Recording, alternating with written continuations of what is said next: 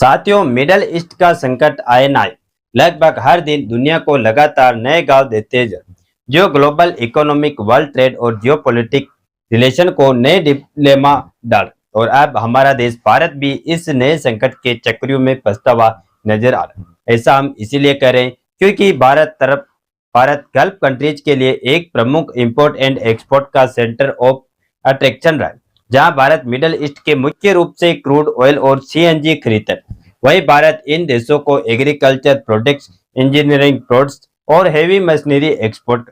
और इस पूरे ट्रेड के कनेक्शन को जो सबसे आसान बनाता है वह है ईरान के बगल में स्थित स्ट्रेट ऑफ हार्मज, क्योंकि इसी संकरे रास्ते से भारत के तेल सप्लाई का लगभग 50 से 60% हिस्सा आता है। अब जितना यह पतला रास्ता भारत के लिए इम्पोर्ट है, उतना ही ईरान भी भारत के लिए महत्वपूर्ण, क्योंकि भारत का वहां पर न सिर्फ वैल्यूएबल एसेट चाबार पोर्ट मौजूद है, बल्कि भारत ईरान को काफी बड़ी मात्रा में अपने विश्व प्रसिद्ध बासमती राइस को भी एक्सपोर्ट कर।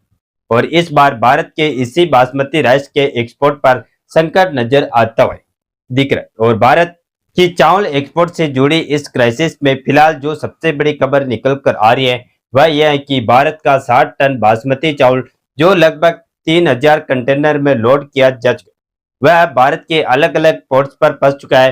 क्या भारत यहाँ पर चुप बैठने वाला है या फिर भारत ने ऑलरेडी कोई मास्टर स्ट्रोक खेल दिया?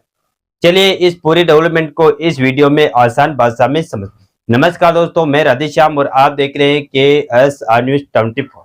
दरअसल देखा जाए तो मिडल ईस्ट में इस समय टेंशन काफी तेजी के साथ बढ़ती जा रही है, लेकिन इस समय फिलहाल अगर किसी देश का नाम सबसे तेजी से आ रहा है तो वह कोई और नहीं बल्कि भारत है। क्योंकि जिस तरह भारत के एनर्जी नीड्स के लिए मिडल ईस्ट एक लाइफ लाइन की तरह है, ठीक उसी तरह भारत भी मिडल ईस्ट देशों की फाइनेंशियल लाइफ लाइन का एक बहुत बड़ा सोर्स है। वेस्ट एशिया में बढ़ रहे इस तनाव के कारण एक्सपोर्ट लगातार भारत सरकार से तुरंत मदद की गुहार लगा।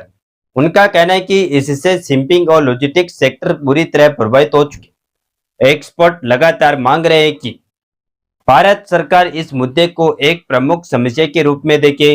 अब दोस्तों, खाड़ी देशों में छिड़ी इस जंग के कारण इस समय भारत के लगभग 50% बासमती राइस एक्सपोर्ट पर संकट के बादल लगातार मंडरा, जिनकी कीमत करीब 50,000 रुपए करोड़ के आसपास की जाए। इस बासमती चावल को न सिर्फ ईरान बल्कि मिडल ईस्ट के अन्य देशों जैसे सऊदी अरब, ईरान, इराक, यूएई और यमन जैसे अन्य देशों में भी एक्सपोर्ट किया जाए। अब जैसे यह राइस एक्सपोर्ट बंदरगाहों पर फंसा, वैसे ही तुरंत इसका असर इसके प्राइस कैप पर भी दिखने लगा। दरअसल दोस्तों, जंग शुरू होने के बाद बासमती राइस के दाम में 6% की गिरावट देखने को, क्योंकि ईरान, इजराइल और अमेरिका के इस त्रिकोणीय युद्ध ने न सिर्फ ट्रेड को प्रभावित किया बल्कि शिपिंग रूट्स को भी असुरक्षित बनाया।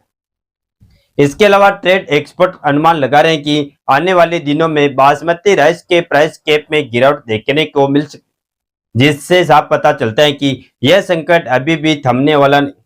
सबसे बड़ी बात यह है कि ईरान सहित मिडल ईस्ट के देशों में बासमती चावल की डिमांड लगातार बनी, लेकिन जो सबसे बड़ी समस्या उभर कर आ रही है वो यह है कि शिपमेंट को रोक दिया गया और फिलहाल के लिए नई डील्स को लेकर बातचीत के सभी रास्ते बंद दिखाई पड़ रहे। इन सब के अलावा जो शिपमेंट जारी है उनके शिपमेंट रेट्स और इंश्योरेंस कॉस्ट में इस जंग के कारण एक बहुत बड़ा जंप देखने को मिल रहा है, जिससे निर्यातक कम दाम में ही असुरक्षा के बीच अपने बासमती चावल को बेचने पर मजबूर हो रहे। भारत के लिए यह तनाव इसीलिए भी सिरदर्द बनना हुआ है क्योंकि भारत विश्व का सबसे बड़ा बासमती चावल का उत्पादक और निर्यातक देश है। अगर बासमती राइस के ग्लोबल प्रोडक्शन के आंकड़ों पर नजर डाले तो भारत लगभग 70% से अधिक ग्लोबल राइस प्रोडक्शन को अकेले होल्ड कर।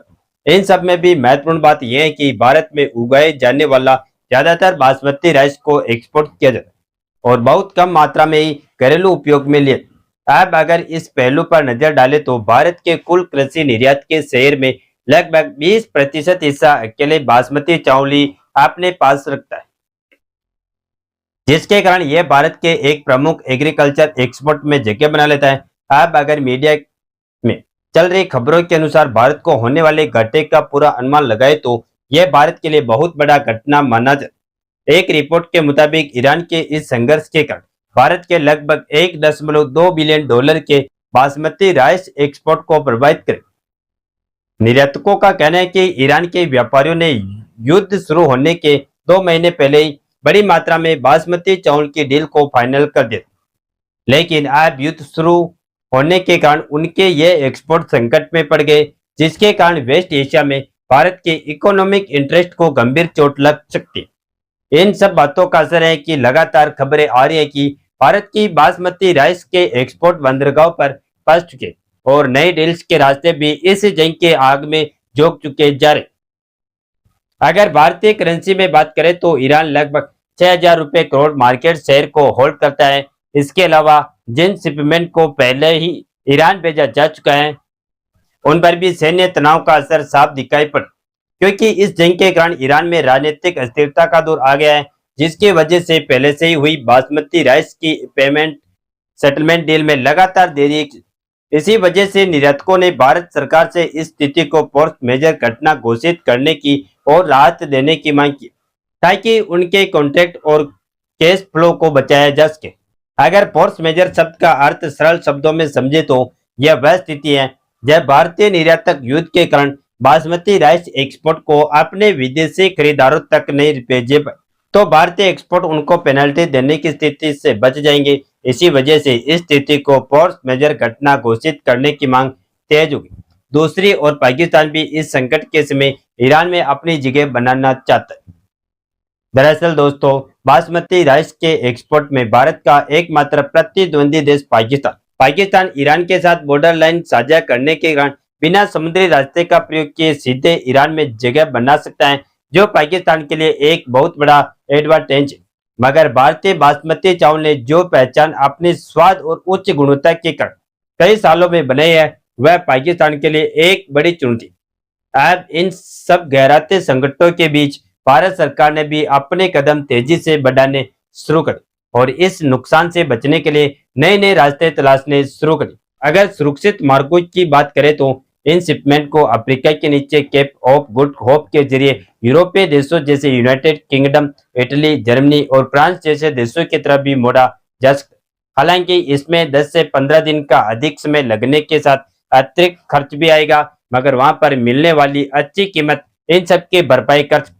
दूसरी ओर अफ्रीकी बाजारों में भी भारतीय बासमती राइस की मांग लगातार बढ़ी, जिस वजह से यह भी भारतीय बासमती राइस का एक प्रमुख एक्सपोर्ट हब बन सकता है। इसके अलावा अमेरिका और कनाडा में भी भारतीय बासमती राइस की मांग तेजी से बढ़ती हुई देखी जा रही।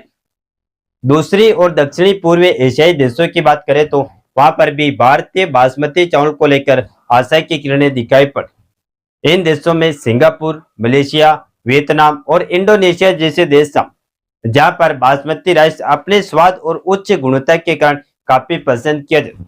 इससे साफ पता चल रहा है कि भारतीय बासमती चावल अपनी उच्च गुणवत्ता और अनमेचेबल टेस्ट के कारण दुनिया भर में अपनी जगह बना और इसी वजह से दुनिया भर के दरवाजे भारतीय बासमती चावल के लिए लगातार खुल रहे। सबसे बड़ी बात यह है कि जो पहचान भारतीय बासमती चावल ने बनाई है, वह कोई और देश आज तक नहीं बना पाए।